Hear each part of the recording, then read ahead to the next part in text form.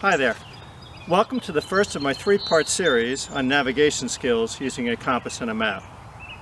In this first video, we're going to discuss the parts of your compass, a favorite topic of many called declination, as well as how to orient your map. In my second video, we're going to talk about point-to-point navigation using your map and your compass. And in the third video, we're going to talk about how to find out where you are on the map if you happen to get a little bit lost. I broke this up into three videos because it can get a little tricky at times.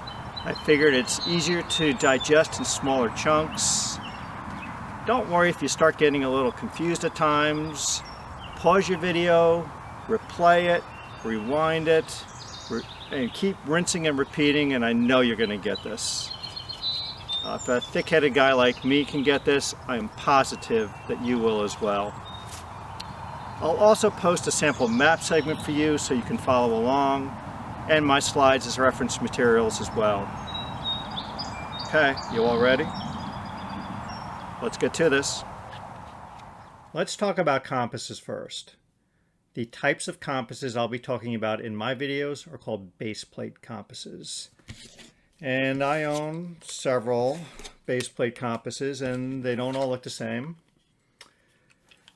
But they all have this semi-rectangular base plate that the actual compass is mounted on. Now I'm going to go over common features that you should have on your base plate compass first. Let me give you a rundown of common parts on a base plate compass that I'll use throughout my presentations. First, there's the actual base plate. Make sure your base plate is a clear material because you're going to put your compass on top of your map and you want to see the map underneath it. You should have at least one vertical straight edge, and you should have a ruler on your edge. It could be standard, could be metric. Some compasses have both. Compass needles next. So this is a magnetic needle. It's going to point towards the magnetic North Pole. Pay special attention to the fact that this needle has a red half and a black half.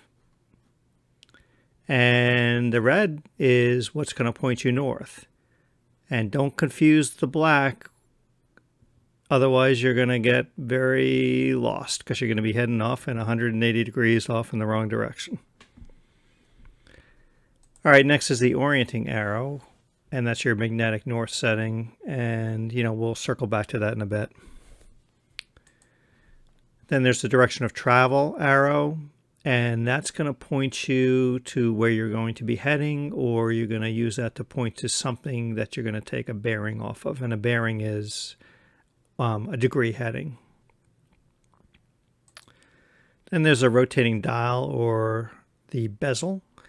And that rotates from 0 to 360 degrees to give you your degree heading. And finally, there's orienting lines, these black parallel lines on the compass on the left. They're red on the compass on the right. You're going to use this when you put your compass on your map, and you're going to line it up with the north-south longitude lines that are on your map. All right, usually what you're going to do is you're going to center this magnetic needle into the center of this orienting arrow. And there's two ways to go about that, and depending on what you're trying to achieve, you'll do it one of two ways. One is you're going to rotate your bezel until that needle lines up inside. And the other is you're going to keep your bezel, your dial, stationary, but you're going to rotate the entire compass. And we'll show you that later. Also, before I move off this slide, one other thing to point out is I put this old Coleman compass as an example on the left. And I want to show you that on this compass, you see these tick marks are 5 degrees each, whereas the one on the right, they're 2 degrees resolution, and that's really what you want. You want 2 degrees resolution on your compass. This compass on the left works, but you want a little higher precision, so look for one that has 2 degrees. So that covers the essential common features you should all have on your compass.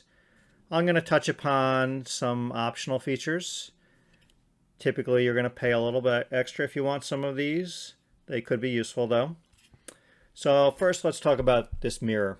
I have two mirrored compasses, and what that allows you to do is angle that mirror as you're looking at it from this direction so that you can see your dial and adjust that while at the same time looking past it at an object in the distance. So there's a sighting notch here, there's a little sighting window down here. You can use either, but it's useful so that you can look at both at the same time, your dial as well as what you're trying to sight on. As an added bonus, you can use this as a signaling mirror if you need to, or see if there's something in your teeth, or see how the bags under my eyes look today, stuff like that. This also has, and it's a little tough to see, but it has a little bubble here, and that's a magnifier. And that allows you to go into your map and look at the finer details and magnify it. Especially useful for people with tired old eyes like I have. This also has a luminous dial, and that will glow in the dark once you lose daylight and getting dark. And I haven't really had the need for that, but I could see how it could be useful if you're hiking and you're getting dark and you need to still see your dial. It has a clinometer as well, and that measures angles of elevation, and I've never ever used that, so I can't really speak too much of the benefits of that. But last but not least, and I think this is the most important thing, and I do think it's worth paying a little extra to get a compass with this. This compass has adjustable declination. And what declination is, we're going to get into all the gory details of what that is. But this allows me this gives me a little tool on this one and a little screw in the back, and I can adjust my compass for declination. And this is wonderful for me, so it saves me from doing calculations throughout my trip, and we'll get into all of that. You can survive without it, but I do recommend, if you can get a compass with adjustable declination, that you do. All right, let me show you something. My phone, watch the needle. My watch. Even another compass. Anything that's metallic, electronic, magnetic, you got to be careful of putting near your compass. Also, be careful where you're putting your compass down. I've put my compass on a school desk with a wooden top, but the metal bar underneath impacts the needle. So be careful with your compass and putting objects near it that will affect it. One more thing before we move on.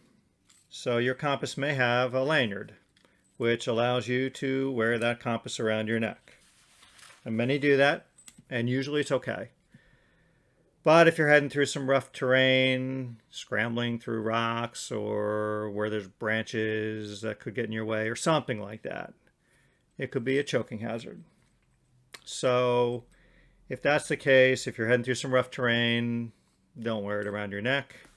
Just put it into an accessible pocket in your clothing or your backpack or something like that. So now we need to talk about a somewhat daunting topic called declination, and this is very important. Many of you think that your compass is pointing you north, but that's not entirely the case. The north on your map is typically true north, which is the geographic North Pole. And that's this green dot on my picture, and that's where Santa and his elves hang out. But that's not where my compass is going to point me. My compass is going to point me to magnetic north. And forget what I have here in parentheses. Magnetic north is essentially the magnetic North Pole. Now, depending on where you're located in the world, there is a difference between your bearing to true north versus magnetic north. And that difference is called declination.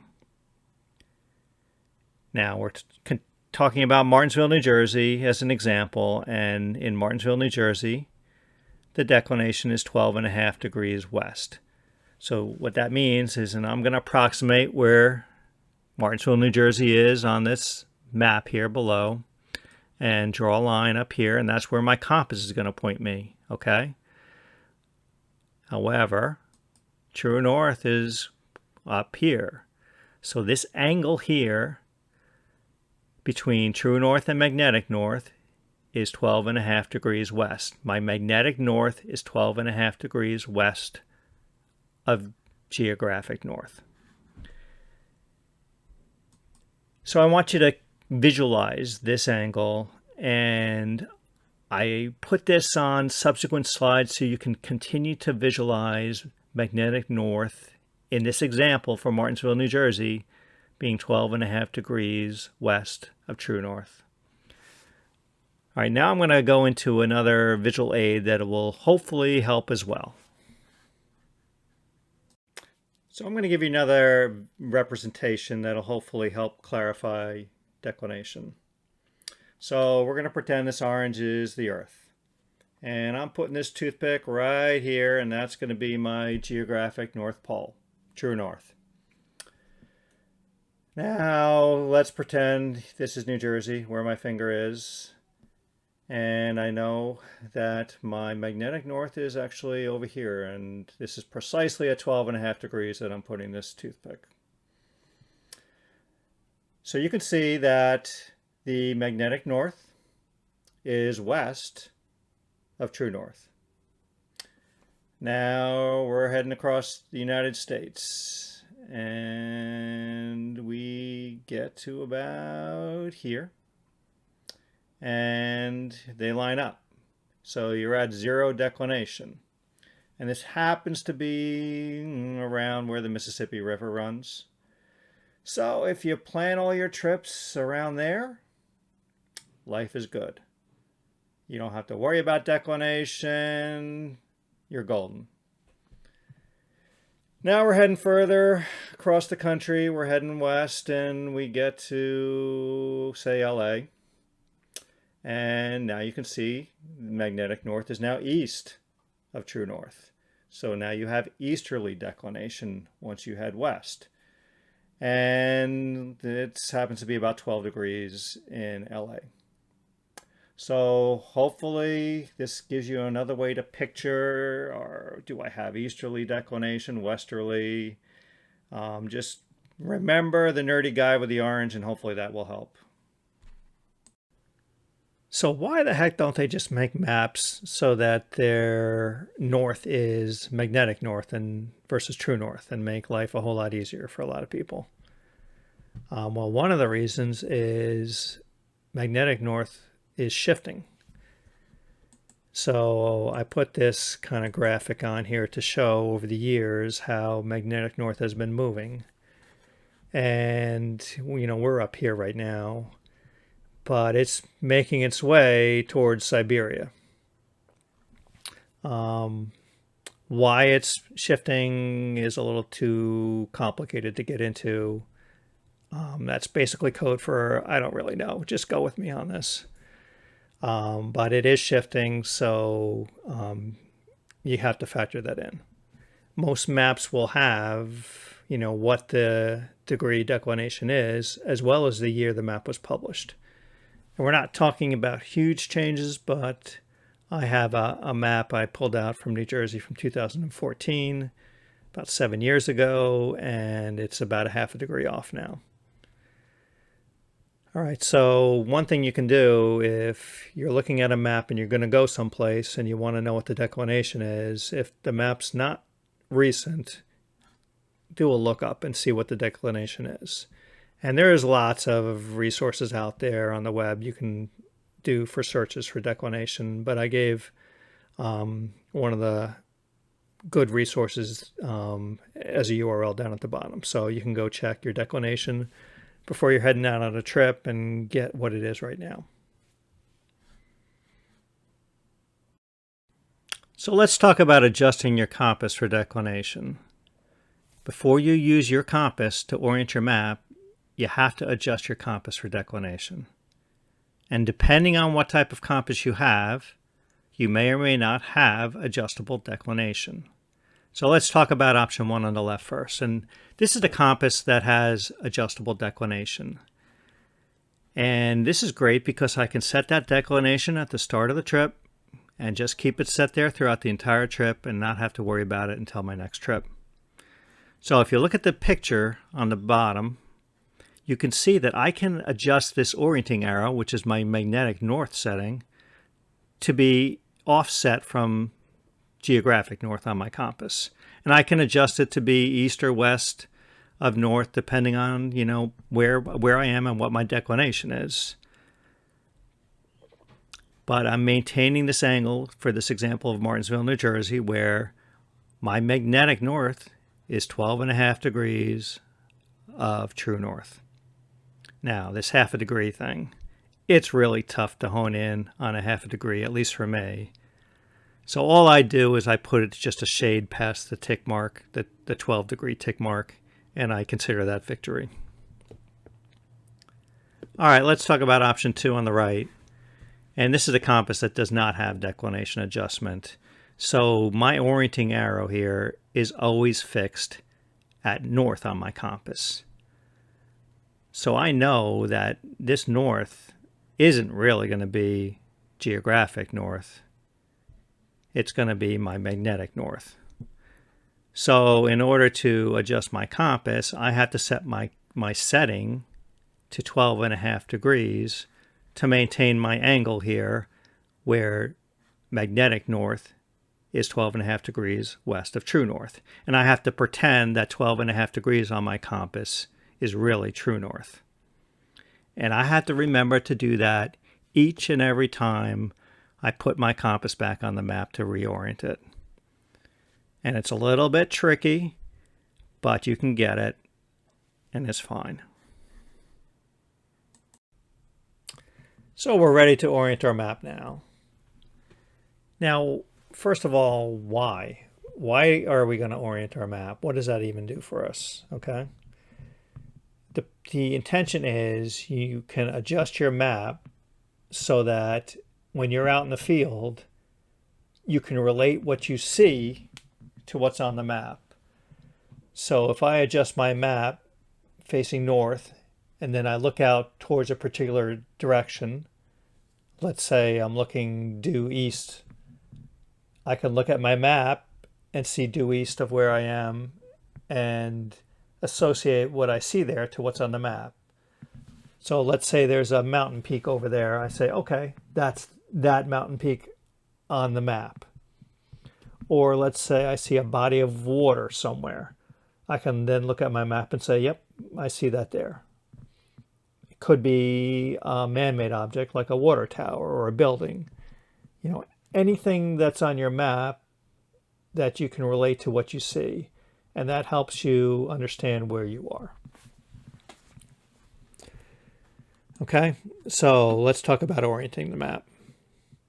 Now, first, you need to make sure your compass has been adjusted for declination before you do this, and we talked about it in the prior slide. So you put your map and compass flat and align the compass base plate with the direction of travel arrow on the compass pointing to the top of the map. So you're making sure this direction of travel is heading north as well as north on the map. Then you're going to line up that base plate edge with one of the longitude lines that are on your map. In this case, these are blue lines. They could be black lines. You just need to make sure that your base plate is lined up with one of those lines. Once you've got your compass in place, don't touch it. You basically take your map and you turn the entire map, keeping the compass in place, until that compass needle is lined up to magnetic north and you get your red in the shed. And now once you've done that, your map is oriented. All right, I'm going to show you a real example of that now. I'm going to now demonstrate orienting a map. So first I'm going to put my compass down on my map. And you can see, using my high-tech pointer here, that I have my direction of travel arrow set pointing up north. My compass has been set up as we just discussed, with north set towards my direction of travel. And in this case, it's a compass that's been adjusted for declination. So my orienting arrow is offset 12.5 degrees west of north. Now I'm going to take my compass and line it up on one of the map's longitude lines. Take the edge and line it up. Okay, then all I need to do is keep the compass in place, rotate the entire map until I get my magnetic needle inside the orienting arrow, my red in the shed, and my map is now oriented for north. I'm going to go back to this slide and talk about one other technique that some use for declination. And what this is drawing a whole new set of lines on your map that match up to magnetic north. So instead of using the existing longitude lines on their map, they'll draw a whole set of parallel lines that are at the angle of declination for where you are throughout your map. And I haven't been a proponent of that. I don't like the idea of drawing a whole set of lines on my map, and there's a whole issue of magnetic north changing over time and your declination changing. But the more I talk about declination and see how it could be confusing, the more I can understand why people would want to do that in some cases. And if you feel that's going to help you, then by all means you can go that route. If you do that, then you don't have to make the adjustments I talked about in this presentation, as well as in my future videos that you'll see where we have to make adjustments. So it's available for you. All right, you made it through the end of video 1. Wasn't that bad, right? Don't answer that. Remember, you can replay these videos as much as you need to. I don't expect you to get this all at once, but keep practicing and you're going to get there. You should get to a point where you can orient a map within seconds. And it's not hard once you understand and you've practiced. Okay, I have a lot more important topics coming, so we'll see you in video 2.